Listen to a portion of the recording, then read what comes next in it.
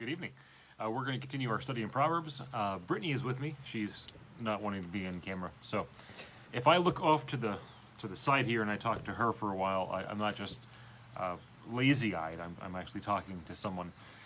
Hope that you guys are doing well. We are going to continue our study in Proverbs. We're going to be in chapter 8 and chapter 9 tonight. We have been dealing with the first 7 chapters so far, which is the introduction to Proverbs. The Proverbs themselves don't start until chapter 10, and if you notice there's a heading over chapter 10 that says Proverbs of Solomon.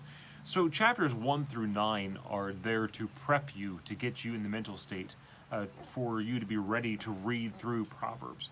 And he starts in chapter 1 with the call of Lady Wisdom.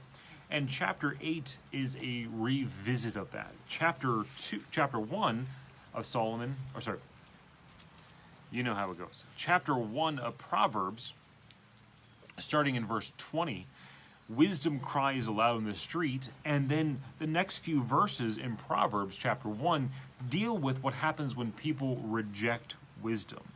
Lady Wisdom mentions in verse 23 that if you turn at my reproof, behold, I will pour out my spirit to you. I will make my words known to you, because I have called and you have refused to listen, and I have stretched out my hand and no one has heeded. So verse 24 is how Lady Wisdom is going to respond in Proverbs chapter 1. So after giving instruction, after giving insight, and after enticing you to listen and desire wisdom, he has a second call of Lady Wisdom in chapter 8.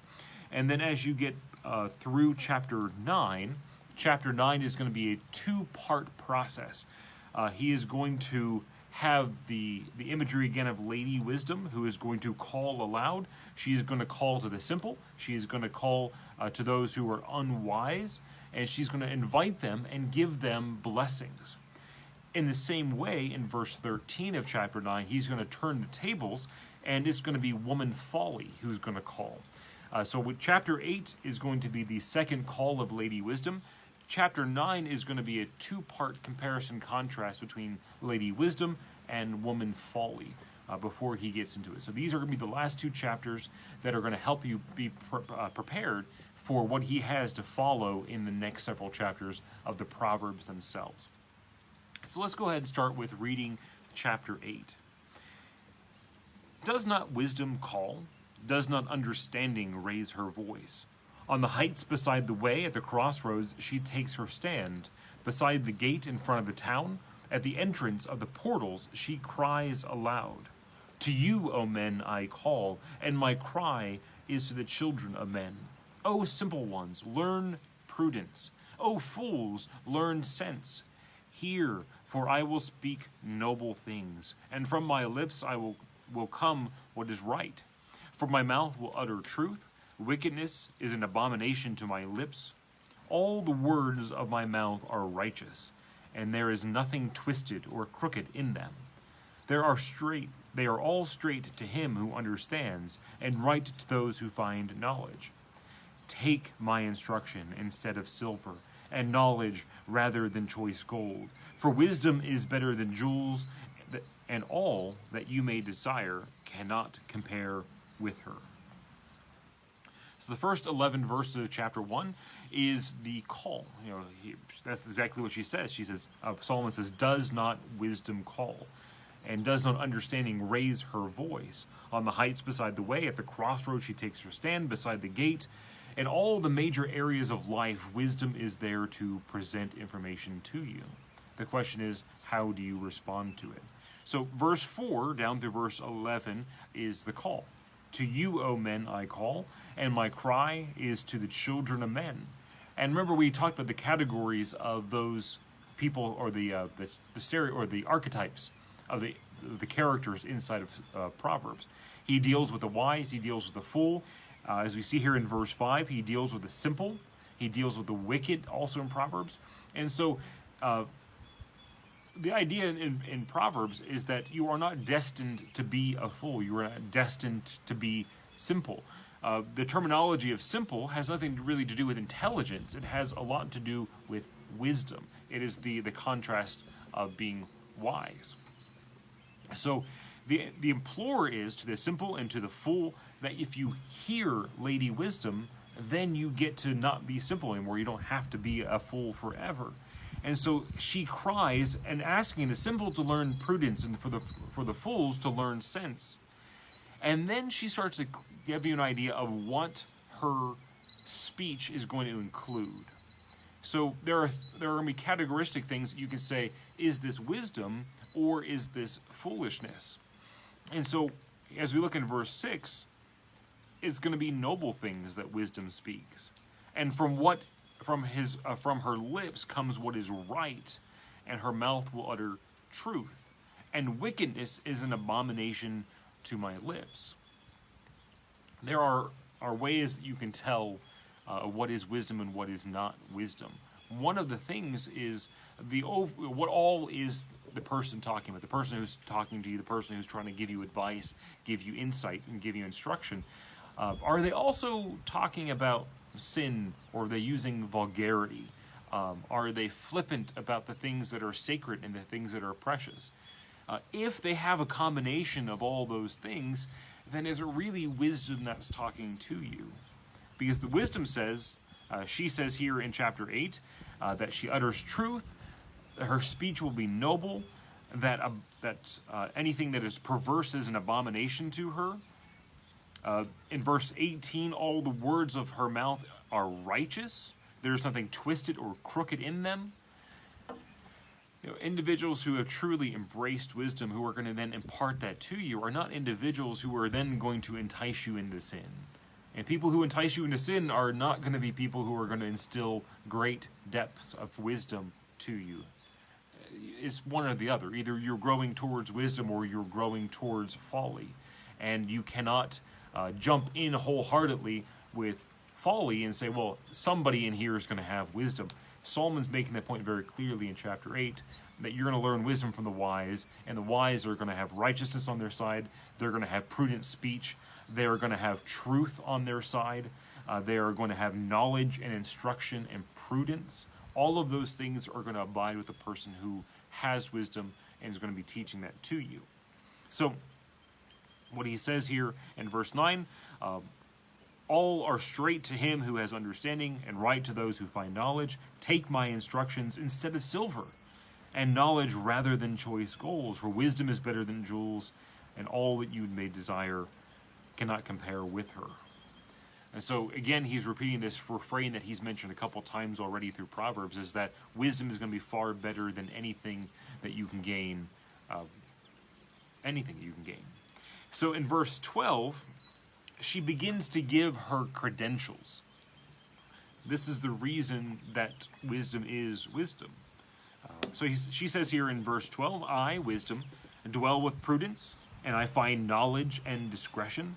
The fear of the Lord is the hatred of evil, pride and arrogance, and the way of evil, and perverted speech I hate. I have counsel and sound wisdom. I have insight, I have strength.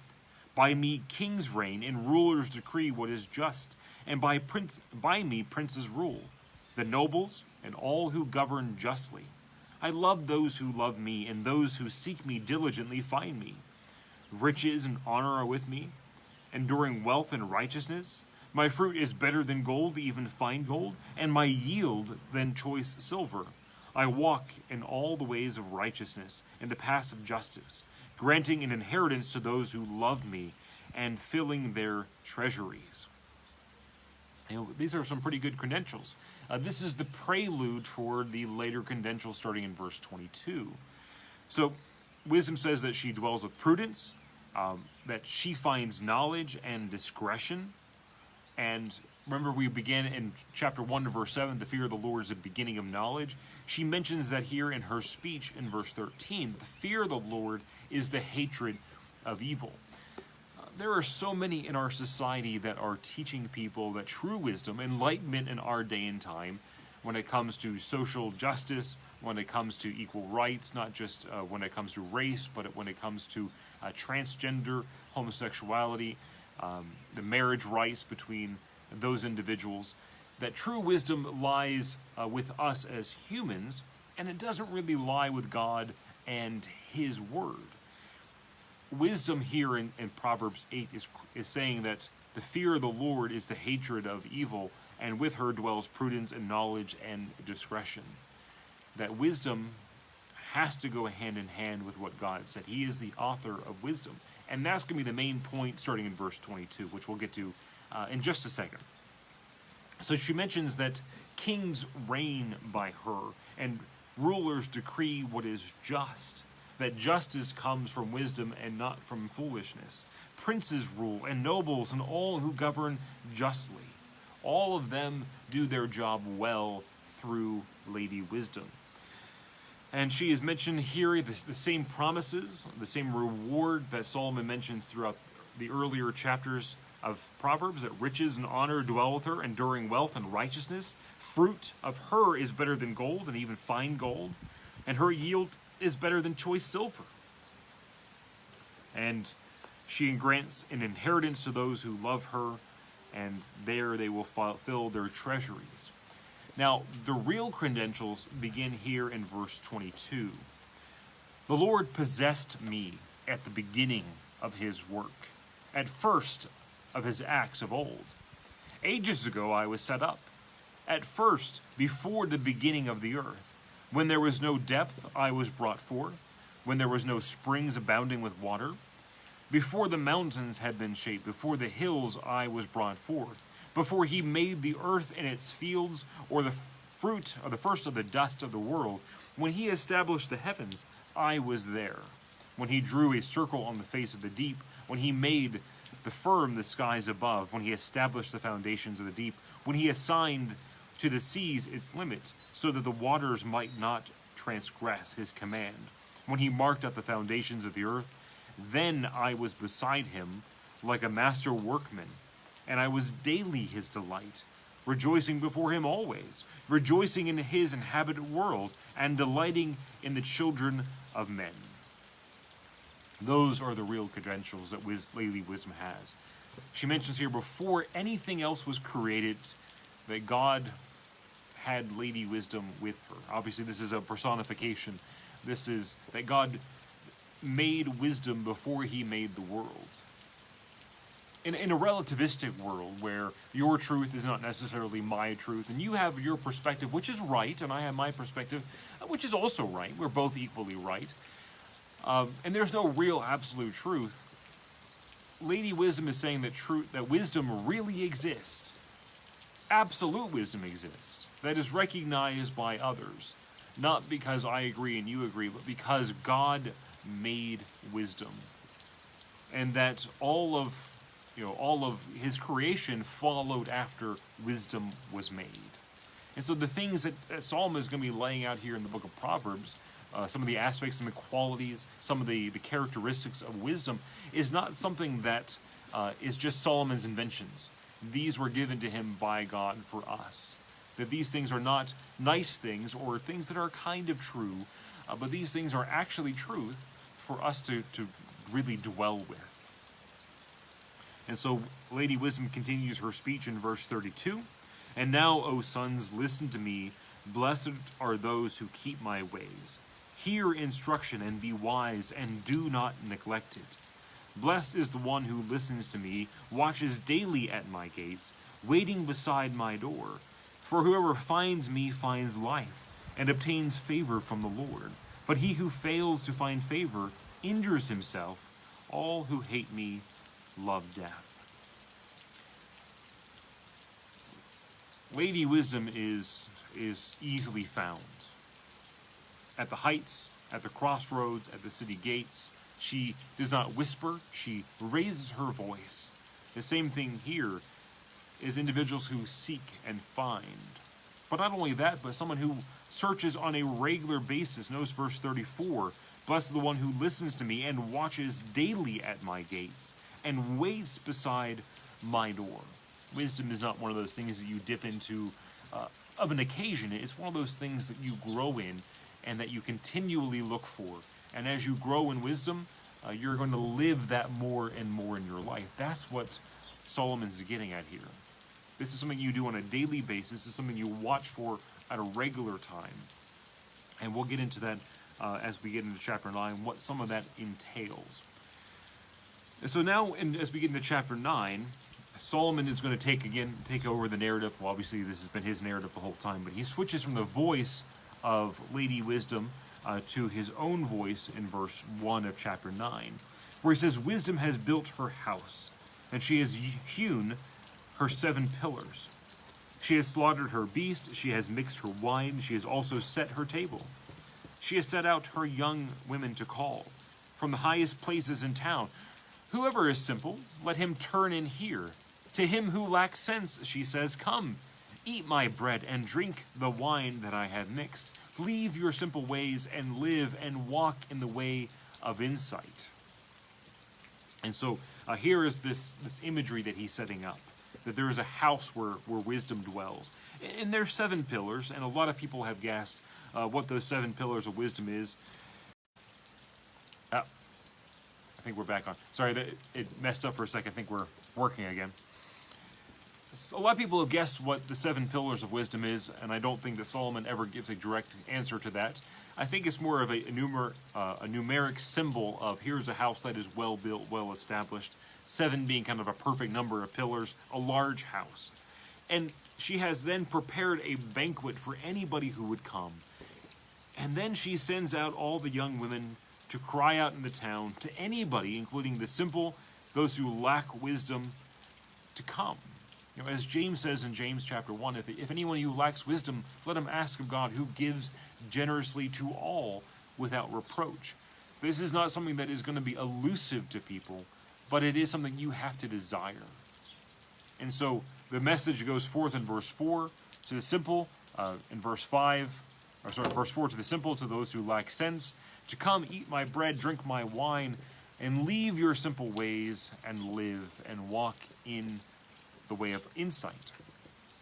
And then Solomon gives some pretty basic characteristics of someone who is going to heed the warning of wisdom, who's going to come into this invitation.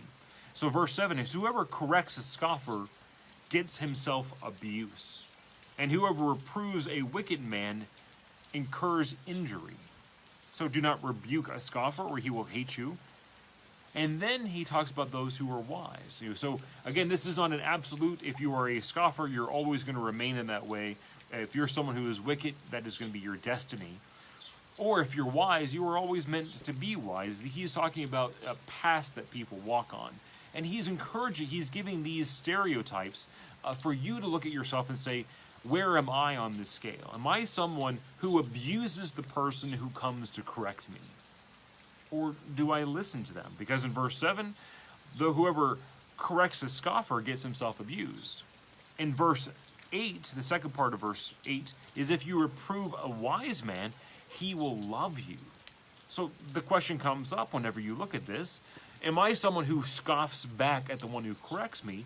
Or am I someone who genuinely loves the person who comes and rebukes me? That's a really good question to ask yourself. So verse 8, reprove a scoffer, he will hate you. Reprove a wise man, and he will love you. The instruction there, while it seems to be directed to the individual who is doing the reproving, the audience still at this point in Proverbs is for us to ask ourselves, who are we whenever we are reproved? So it's a way for him to address this from one angle to get us to look at ourselves.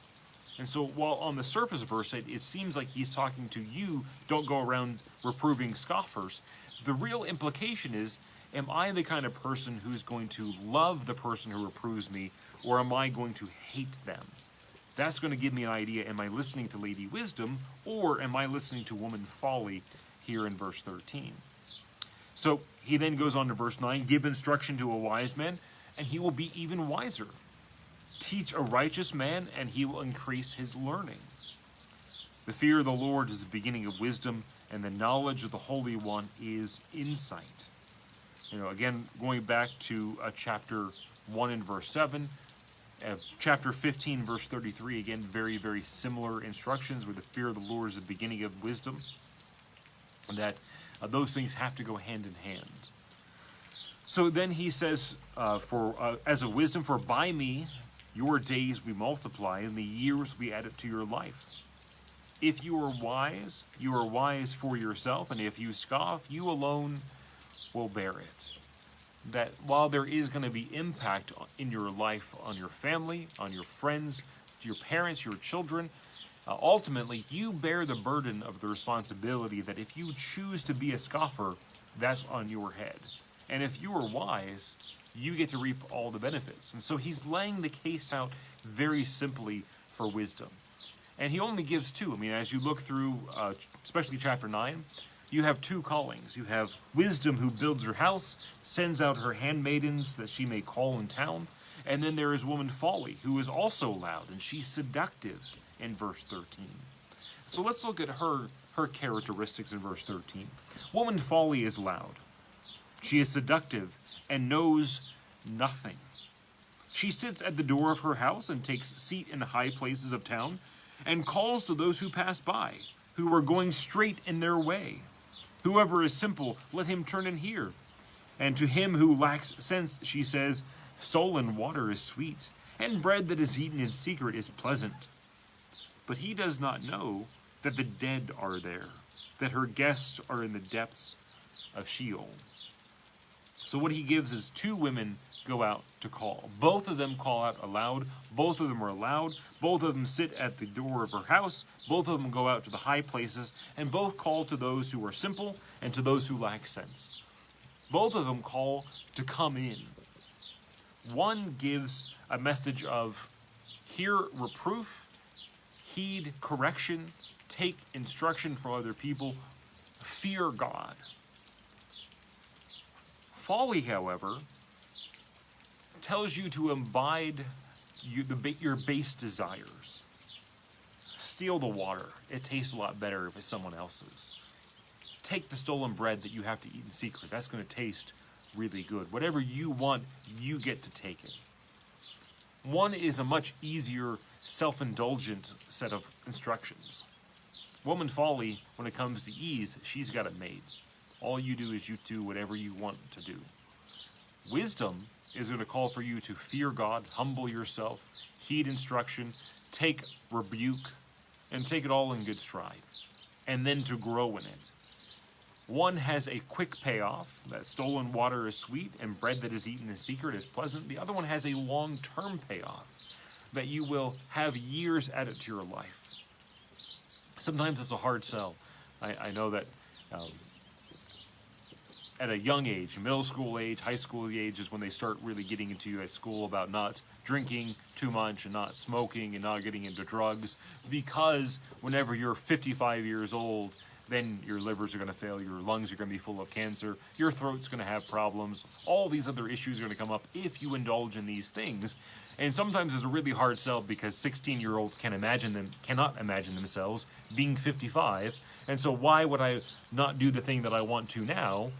Because someday down the future, years from now when I'm old, I'll have to pay for it. Well, that's the same thing that we're dealing here with Proverbs. What Solomon's saying is for wisdom, it's a long-term payoff. It's years added to your life. It is an easier life later on. And ultimately, it's rewarding for your relationship with God. Folly says, let's do the easy thing. Let's take what you want. Let's enjoy life now.